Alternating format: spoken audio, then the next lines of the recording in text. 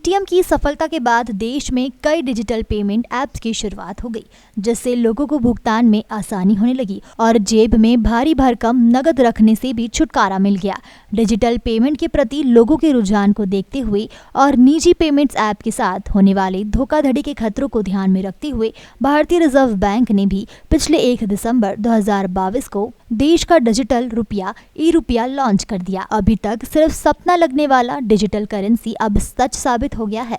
Digital currency launch करने के साथ ही भारत ने अब दुनिया के उन चुनिंदा 100 देशों में अपनी जगह बना ली है जिनके पास खुद की डिजिटल करेंसी है। लेकिन अभी भी लोगों के मन में डिजिटल करेंसी को लेकर बहुत से सवाल हैं कि यह काम कैसे करेगी और इसके फायदे हैं या नुकसान। यह यूपीआई से कैसे अलग है और कौन कौन से बैंक डिजिटल करेंसी देंगे। क्या आपके शहर में चलेगी डिजिटल करेंसी? तो आदित्य भारत डिजिटल करेंसी पर यह स्पेशल रिपोर्ट लेकर आया है, जिसमें आपके मन के अधिकांश सवालों के जवाब मिल जाएंगे।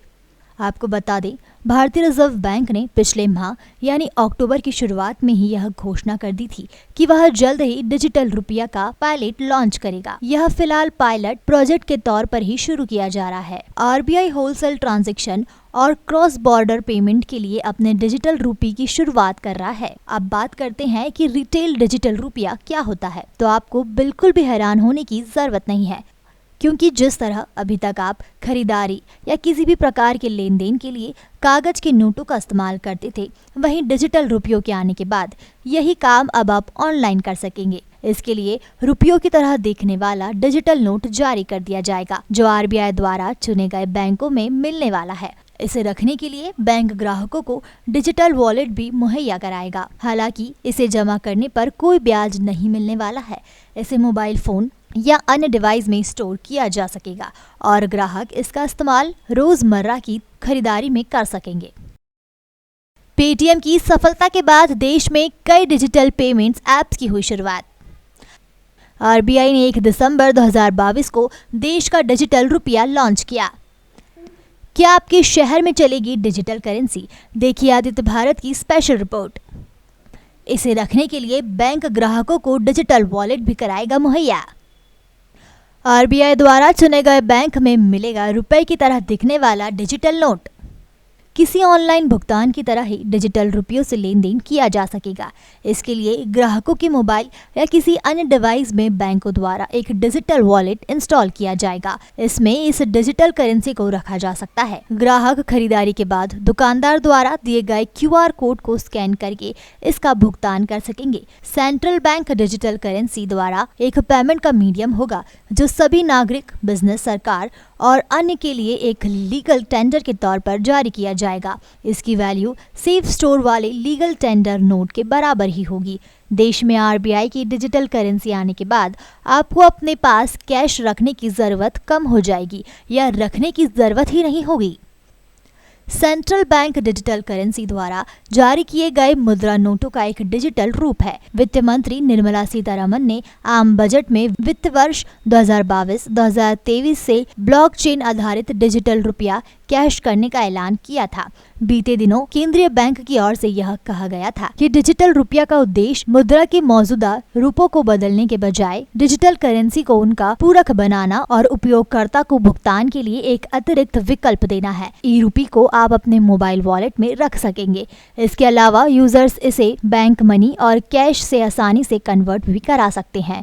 सबसे बड़ी बात, इस डिजिटल रुपया का सर्कुलेशन पूरी तरह से रिजर्व बैंक ऑफ इंडिया के नियंत्रण में होगा। डिजिटल करेंसी आने से सरकार के साथ आम लोगों और बिजनेस के लिए लेन देन की लागत में कमी आएगी। हालांकि इस डिजिटल करेंसी के आने से देश की मौजूदा भुगतान प्रणालियों में कोई बदलाव नहीं होगा। आप किसी को भी पेमेंट करने के लिए इस डिजिटल करेंसी का इस्तेमाल कर सकते हैं। सीबीडीसी इलेक्ट्रॉनिक रूप में अकाउंट में दिखेगा और करेंसी नोट से इसे बदला भी जा सकेगा। ठीक उसी तरह जैसे हम ऑनलाइन अपना बैंक अकाउंट बैलेंस चेक करते हैं या मोबाइल वॉलेट चेक करते हैं, उसी तरह इसे भी इस्तेमाल कर सकेंगे। डिजिटल रूपी को वड़क से भी जोड़े जाने की तैयारी है। आरबीआई कुछ समय पहले आए थोक डिजिटल रुपए की तरह ही डिजिटल रुपए के पायलट प्रोजेक्ट को भी लॉन्च करने वाली है। इसके सफल होने पर आम जनता के लिए इस्तेमाल किए गए इसे पूरी तरह से जारी कर दिया जाएगा। फिलहाल 1 दिसंबर को पहले चरण के रूप में state bank of India, ICICI bank, yes bank और आईडीएफसी फर्स्ट बैंक में इसे शुरू किया जा रहा है। फाइक के अनुसार इस पायलट में भागीदारी के लिए 8 बैंकों की पहचान की गई है।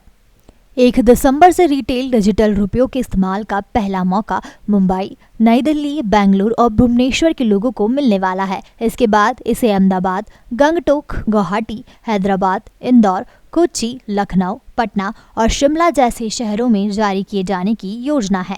भारतीय रिजर्व बैंक द्वारा आर्थिक संस्थानों से कम पैसे के डिजिटल रुपए के लेन देन के रिकॉर्ड को अपने पास ही रखने की जानकारी भी सामने आ रही है।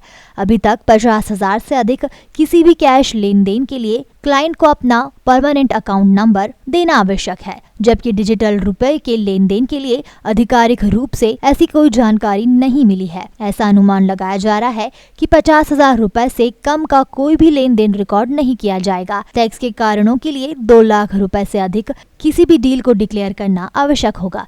जानकारों के अनुसार देश के ग्रामीण इलाकों में बड़े पैमानों पर डिजिटल करेंसी के उपयोग करने की सुविधा दी जा सकती है, क्योंकि यह करेंसी फीचर फोन में ऑनलाइन ट्रांजैक्शन के लिए उपयोग की जा सकती है। प्राप्तकर्ता को एक एसएमएस या क्यूआर कोड के माध्यम से इलेक्ट्रॉनिक कूपन मिलेगा, जो कि सबसे सही तरीका है। बिना इंटरनेट सुविधा वाले क्षेत्रों में भी ई रुपया का इसी तरह से प्रयोग किया जाएगा। स्मार्टफोन इस्तेमाल न करने वाले क्लाइंट भी एसएमएस के माध्यम से ई रुपया का उपयोग कर सकते हैं।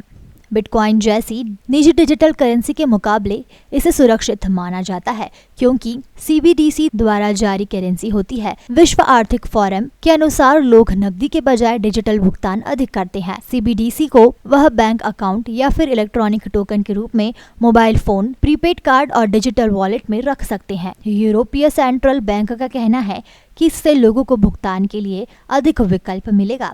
विश्व बैंक की रिपोर्ट कहती है कि विश्व में 1.7 अरब व्यक्तियों के पास बैंक अकाउंट नहीं है। इससे गरीब इन्यूमल व उन्हें द्वितीय ढांचे में शामिल करने में परेशानी होती है। सीबीडीसी से इसमें सहायता मिलेगी। अंतर्राष्ट्रीय मुद्रा कोष का कहना है कि किसी प्राकृतिक आपदा, भुगतान की विफलता और नकदी की कमी की स्थिति में सीबीडीसी एक अच्छा विकल्प साबित हो सकता है। आर्थिक अपराधों पर लगाम कसी जा सकेगी। सीबीडीसी लेन देन में पारदर्शिता को बढ़ावा देगा।